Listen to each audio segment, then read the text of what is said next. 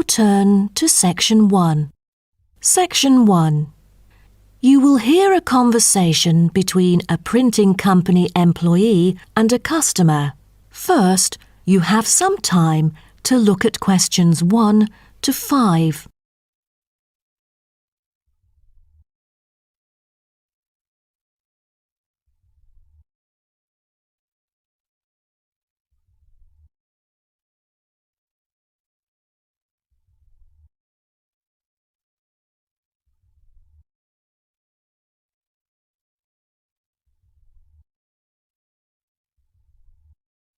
You will see that there is an example which has been done for you. On this occasion only, the conversation relating to this will be played first. Good afternoon. Welcome to Matrix Printing. I'm John Smith. How can I help you? Good afternoon. I'm here to reprint a brochure for our hotel. There are some pages that need revising. The customer says the brochure sample needs revising. So, brochure has been written in the space. Now we shall begin. You should answer the questions as you listen, because you will not hear the recording a second time. Listen carefully and answer questions 1 to 5. Good afternoon. Welcome to Matrix Printing. I'm John Smith. How can I help you? Good afternoon. I'm here to reprint a brochure for our hotel. There are some pages that need revising. Sure. How may I address you? Oh, I'm Mary Jane from Central Hotel Chains. Nice to meet you. I've got samples of the previous version. I assume it is your company's advertising brochure. Yes. What exactly is the problem? Well, it was printed the year before, so some of the information is already out of date. There are also a couple of problems with the layout. Firstly, the letters of the address on the front page are far too small. It's hard to see when glancing at the cover. How big do you need it to be? Increase the letters by 3 font sizes. Just a minute. Let me take notes of your requirements. Okay, what else needs changing? The information regarding the pool should be deleted because it is currently under renovation and is not available. So, all of the relevant descriptions on page 2 should be removed? What do we replace it with? We can't just leave the whole page blank. Just fill it in with the introduction of our newly opened gym. I've included all the relevant information here in this flash drive. Let me check. I see. No problem then. What is also bothering us is that the description under the top photos on page 4 is incorrect. The word lounge needs to be replaced with reception. Fully noted. Is that all? No, there is more. Turn to page 5. We feel that showing merely the picture of our exterior and interior decoration does not fully represent the appeal of our hotel. On second thought, we've decided to use a picture with the view of the hotel. Do you have the original copy of the picture? Yes, it is also enclosed in the flash drive. Okay, we'll re-edit the whole layout of the photos. Great.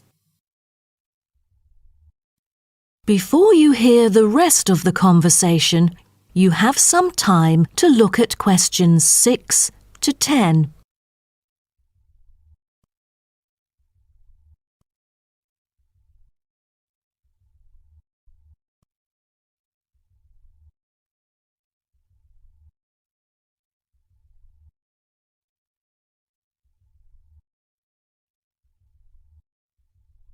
Now listen and answer questions 6 to 10.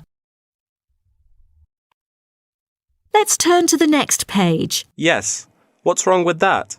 It seems perfectly fine to me. At first sight, it seems fine, but according to the feedback of the customers, the prices do not stand out. So, we want to change the print from black to red to make it pop out. Okay, I've made notes of all of your requests. Is there anything else? I appreciate it. Just one final request. Could you translate the whole brochure into Spanish? We have customers worldwide, you know, especially those from Latin countries. No problem. What about other languages, like Japanese, Chinese, or German. These are our most popular target languages. I have to ask the manager about the Chinese version. There's been a surging number of Chinese clients during recent years. However, we don't need German or Japanese translations, as we currently don't have many customers from those two countries. Sure, just keep me updated. So, roughly, when can we get the revised print? We need it before the end of July. It's late June now. Roughly, it'll take 3 weeks to re-edit. So it will definitely be ready before the deadline. Great. To where shall we send the samples? The address is number 9 Green Drive, Clifton, NY 21300. How do you spell Clifton? CLIFFTON, Clifton. And the telephone number? It's 9030366602. Also, if you have any further questions, you can reach me through this number. Okay. That is the end of section 1. You now have half a minute to check your answers.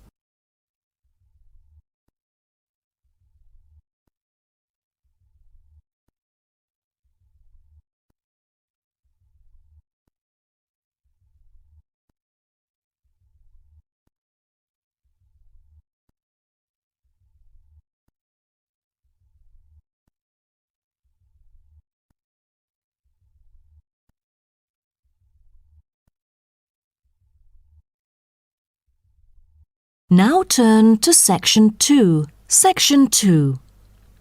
You will hear a guide talking to a group of visitors about a national park. First, you have some time to look at questions 11 to 16.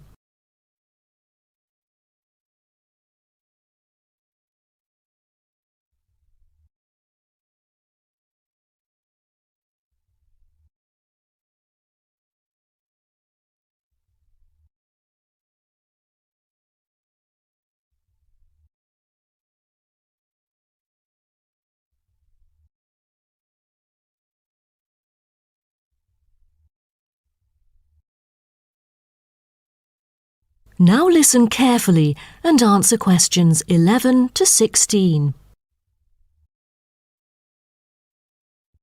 Welcome to Byron National Park.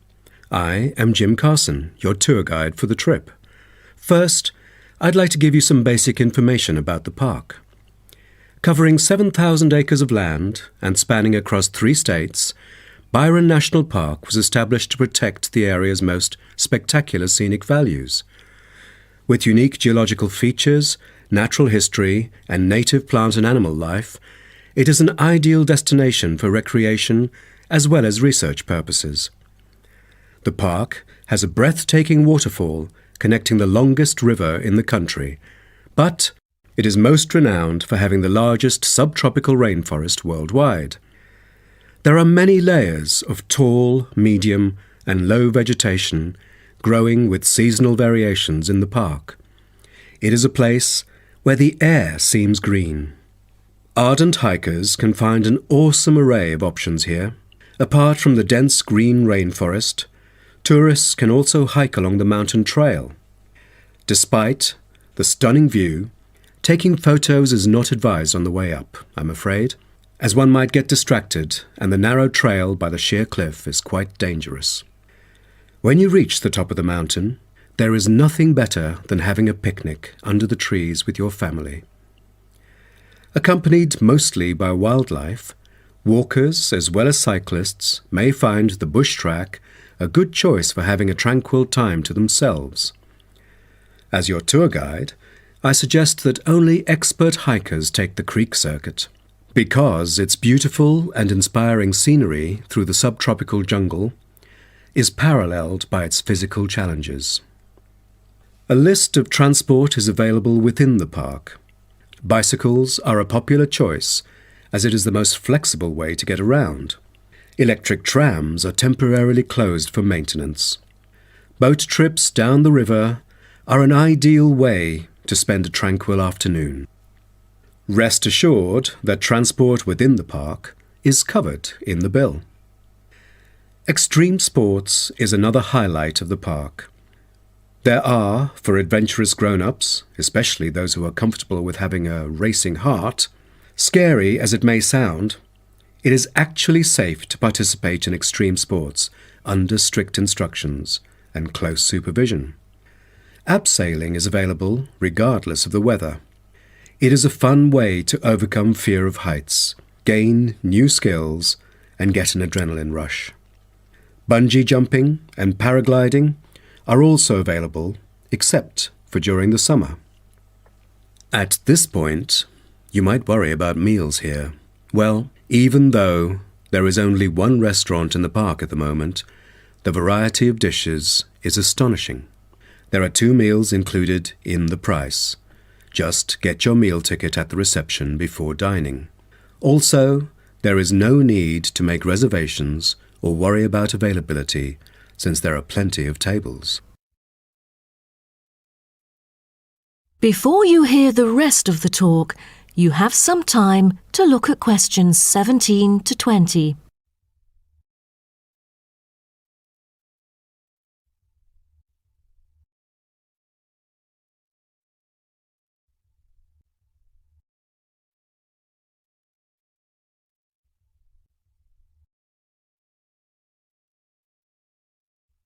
Now listen and answer questions 17 to 20.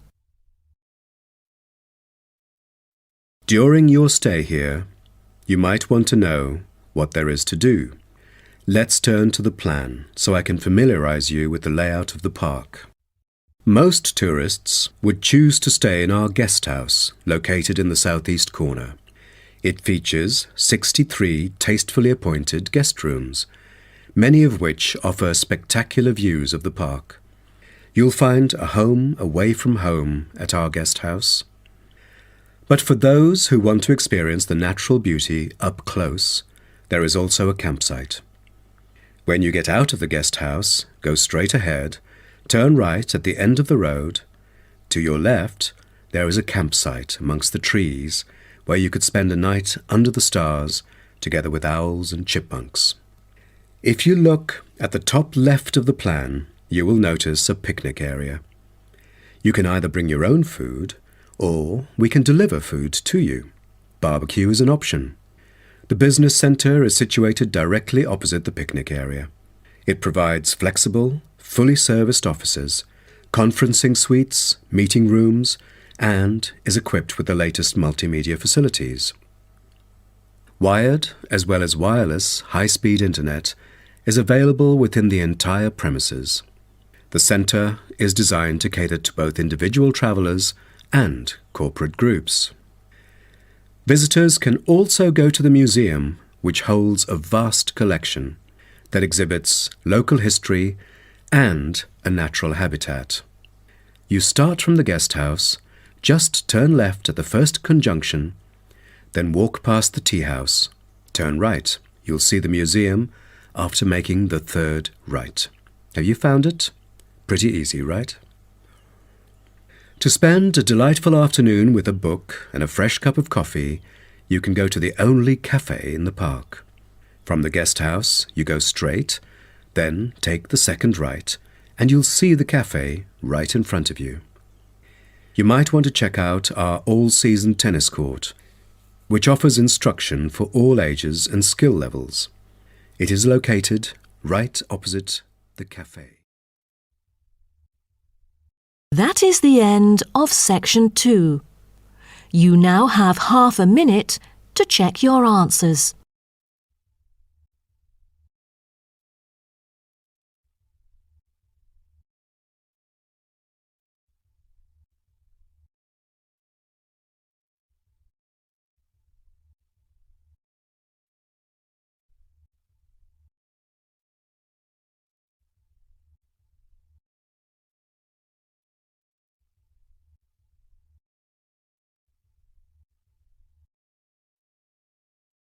Now turn to section 3. Section 3. You will hear 2 students called Helen and Paul talking to their tutor about a nursing course. First, you have some time to look at questions 21 to 24.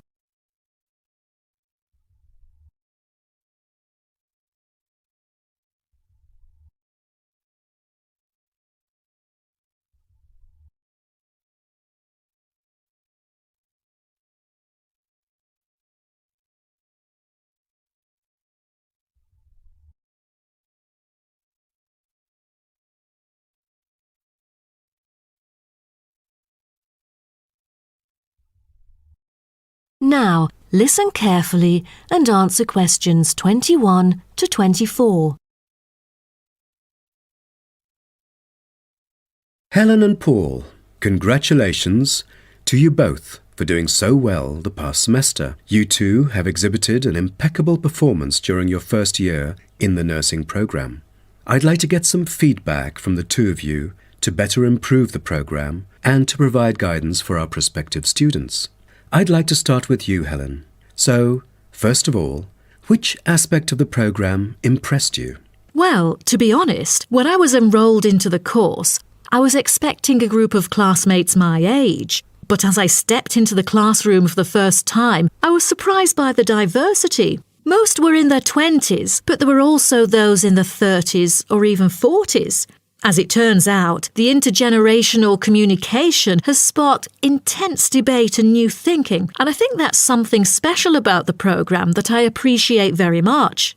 What about you, Paul? What do you think of the program? For me, the group project we carried out last semester is another key feature of the program. The whole class was divided into 8 different groups, working on 8 prospective cases. Team building sessions were conducted in a collaborative way most of the time. Comprised of 5 members, our group studied acute pancreatitis.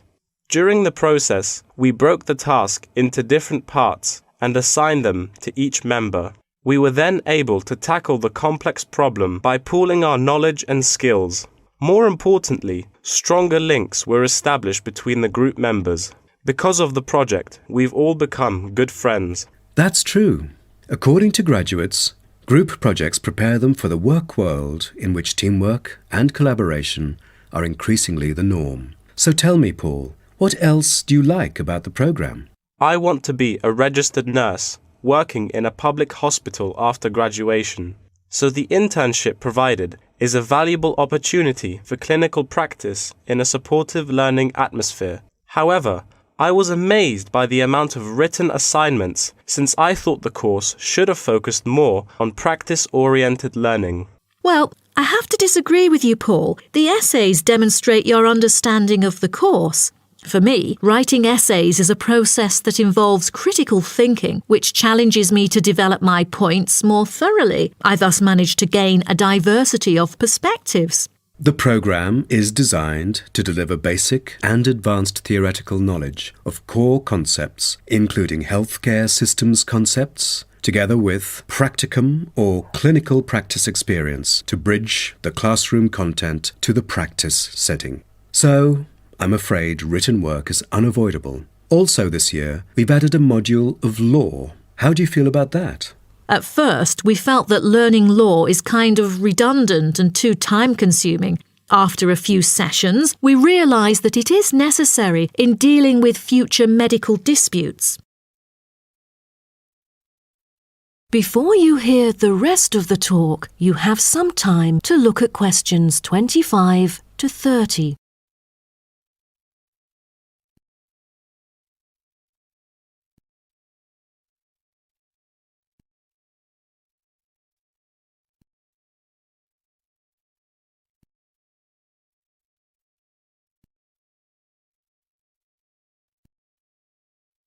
Now, listen and answer questions 25 to 30.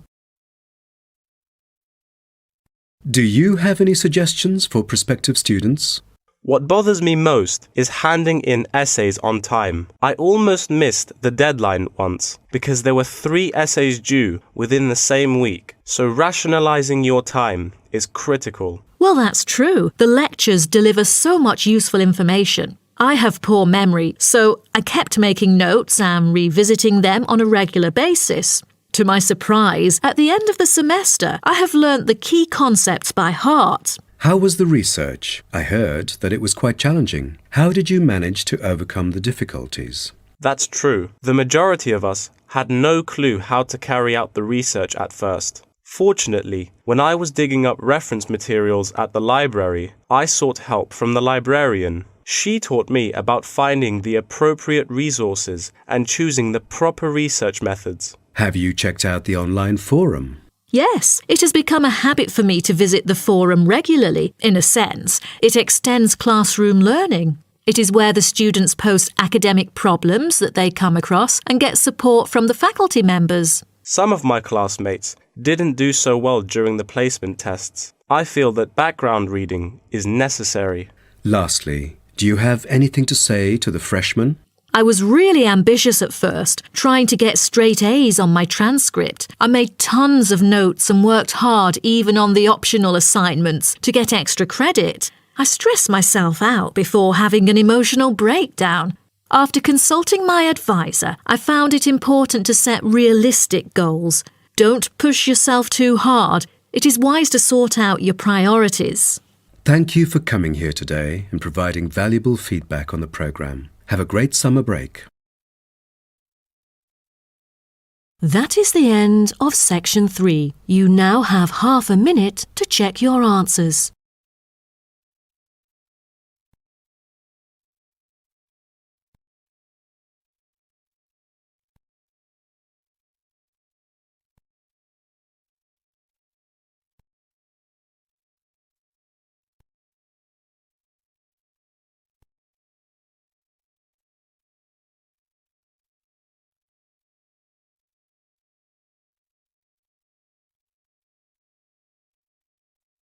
Now turn to section 4. Section 4.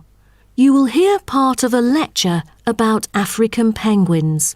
First, you have some time to look at questions 31 to 40.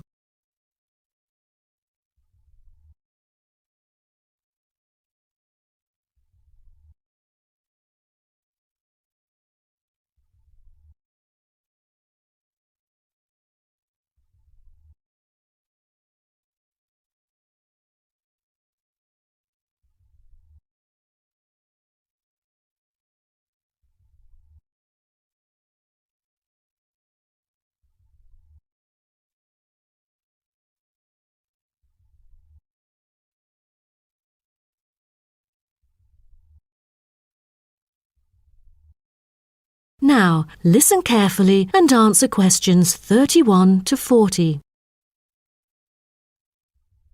Good morning, everyone. Today's lecture is about a type of adorable animal, the penguin. When you think of penguins, you may picture them surrounded by snow and ice. But not all penguins live where it's cold. African penguins live in the southern tip of Africa. They are usually found within 40 kilometres of the shore and on a number of its surrounding islands. African penguins are also known as jackass penguins because they make donkey-like braying sounds to communicate. African penguins can keep their body temperature at a stable level, but their land habitat can get quite warm, so there are a number of ways for them to stay cool. They limit their daylight movements on breeding sites on land to early mornings and early evenings to avoid too much sun. The pink glands above their eyes can help them cope with the temperate climates. Like other penguins, African penguins spend most of the day feeding in the ocean, which also helps keep them cool. Being a type of small to medium-sized penguin species, African penguins average about 60 centimetres tall and weigh up to 3.6 kilograms. They have a black stripe and a pattern of unique black spots on their chest. Males are larger than females and have larger beaks. Even though they are categorised as birds, African penguins aren't able to fly because of their heavy bones. Their wings are more like flippers that make them particularly suited for life in the water. When they're on land, their flippers and their tails help them keep their balance and walk upright. African penguins begin to breed at the average age of 4. When a male and female pair up, they tend to breed together for the rest of their lives. Most other penguins nest and lay their eggs out in the open, but African penguins have a different approach. They dig holes under bushes out of their own excrement, called guano, so they are sheltered from the sun and predators. The African penguins survive on a diet that is comprised mainly of marine organisms. They feed primarily on fish like sardines, along with the occasional squid and shellfish. But when normal food is in short supply, they eat tree roots as well. The streamlined body of the African penguin allows it to move through the water like a rocket, capable of reaching a speed of around 20 kilometers per hour when hunting for food.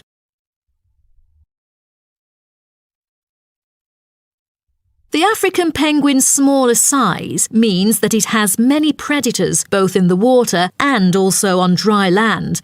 Their natural predators at sea include seals and sharks. The biggest threat to them on land is not just towards the adult penguins. The penguin chicks are sometimes taken by seagulls into the air and dropped from above.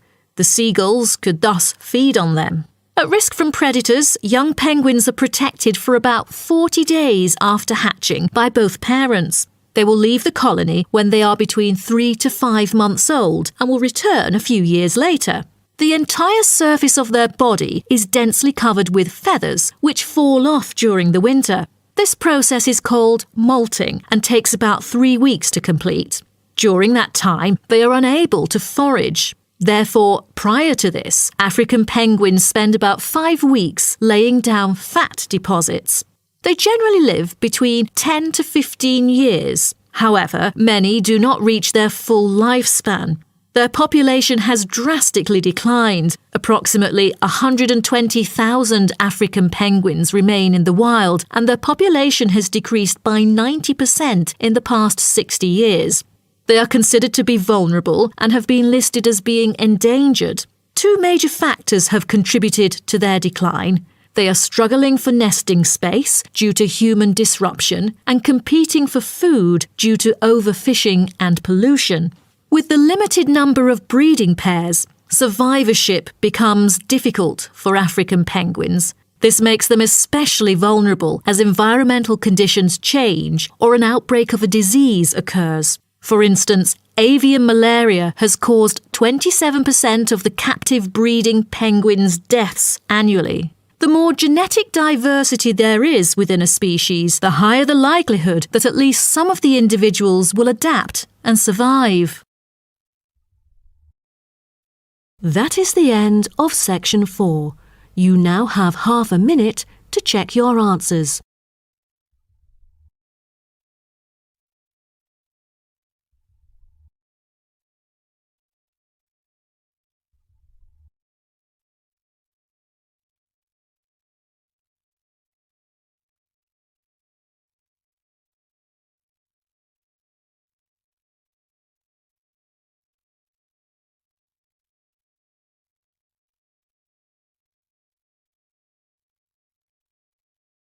That is the end of the listening test. In the Ielts test, you will now have 10 minutes to transfer your answers to an answer sheet.